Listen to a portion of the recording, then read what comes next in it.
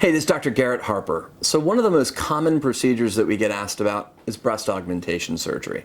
It's one of our favorite surgeries. It's typically one that our patients recover quickly and beautifully from, and it's really one of these surgeries that makes the patient and the doctor very satisfied. It's a gratifying surgery because we can really change lives through a procedure that typically takes 45 minutes to an hour.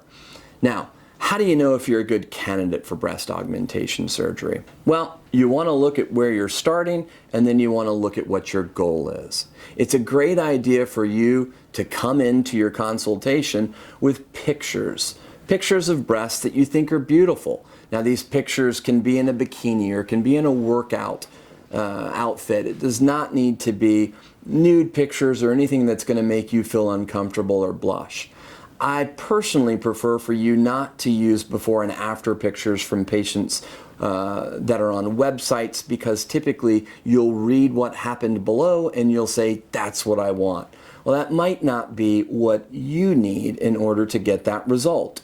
So, breast implants come in a whole bunch of different profiles, in sizes, and in shapes. So one thing that you need to know is we're typically going to make measurements on your body and then decide what implant's best for you based on your own body's measurements. This is called the biodimensional approach to breast augmentation.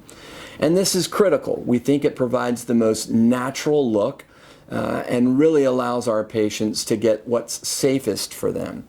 If you have a really narrow chest and you come in wanting the largest implant that's made, that's not going to do well, and we're probably not the right surgeon for you. But after we talk to you and educate you on the pros and cons and how critical it is in making the right implant decision, I think you'll feel more comfortable choosing us and going with what our recommendation is. 95 times out of 100, we're going to use a gel implant. The newer gel implants are made of a cohesive gel where the inside of it is more consistent with a gummy bear than it is that old molasses or honey composition that the former implants were made out of. So the implants these days maintain their shape. They still feel incredibly soft and natural and can be placed both above and below the pec muscle.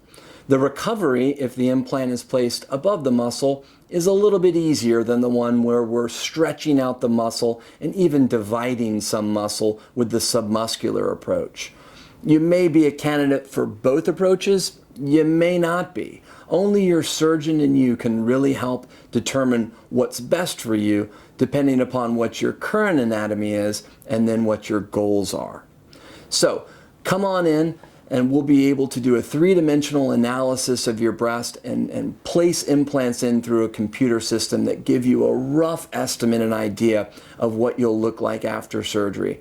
That typically makes you feel much more confident going into surgery with a game plan, realizing that at surgery there may be small changes in size depending upon the implant that you've chosen or the implants that make your ultimate result look like your goal and wish pics. Thanks.